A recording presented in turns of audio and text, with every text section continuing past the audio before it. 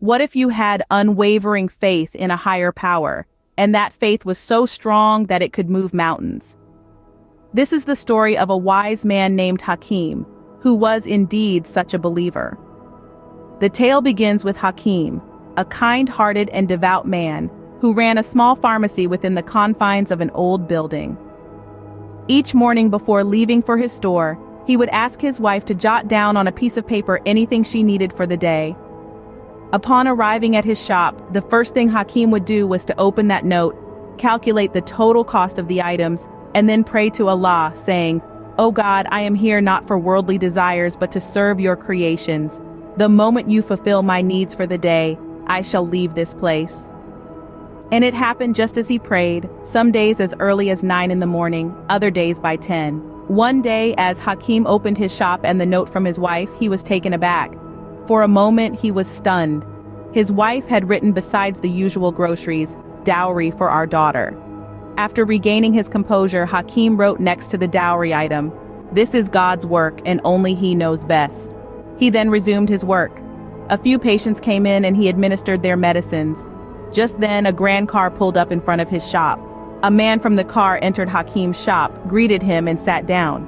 Hakim offered him a stool to sit on for a checkup or asked him to describe the condition of the patient he was seeking medicine for. The man began, "Hakim, I don't think you recognize me, and how could you? I am meeting you after 15 long years." He then shared a story from the past when he had first visited Hakim's shop. His vehicle had broken down right in front of the shop, and Hakim had invited him in to escape the heat while it got repaired. The man, who introduced himself as Afzal, a resident of England, had shared his despair with Hakim about not having any children despite being married for 6 years before he had left for England. He had sought treatments everywhere but to no avail. Hakim had consoled him, saying, "My brother, repent and do not lose hope in God. Remember, there is no scarcity in His treasures. Wealth, sorrow, happiness, life and death, everything lies in His hands. No doctor or medicine can cure, it's only by His will that one gets healed. He is the one who gives children."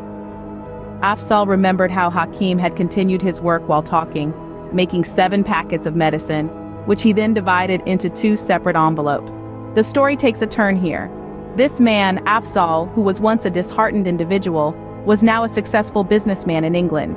He had come back to thank Hakim, as his wife had given birth to a child after taking Hakim's medicines. He was so grateful that he offered to pay for Hakim's daughter's dowry, fulfilling Hakim's need for the day. The story of Hakim and Afzal is a beautiful testament to the power of faith and the wonders it can do. The moral of the story is that unwavering belief in a higher power and the goodness in one's heart can bring about miraculous changes in our lives.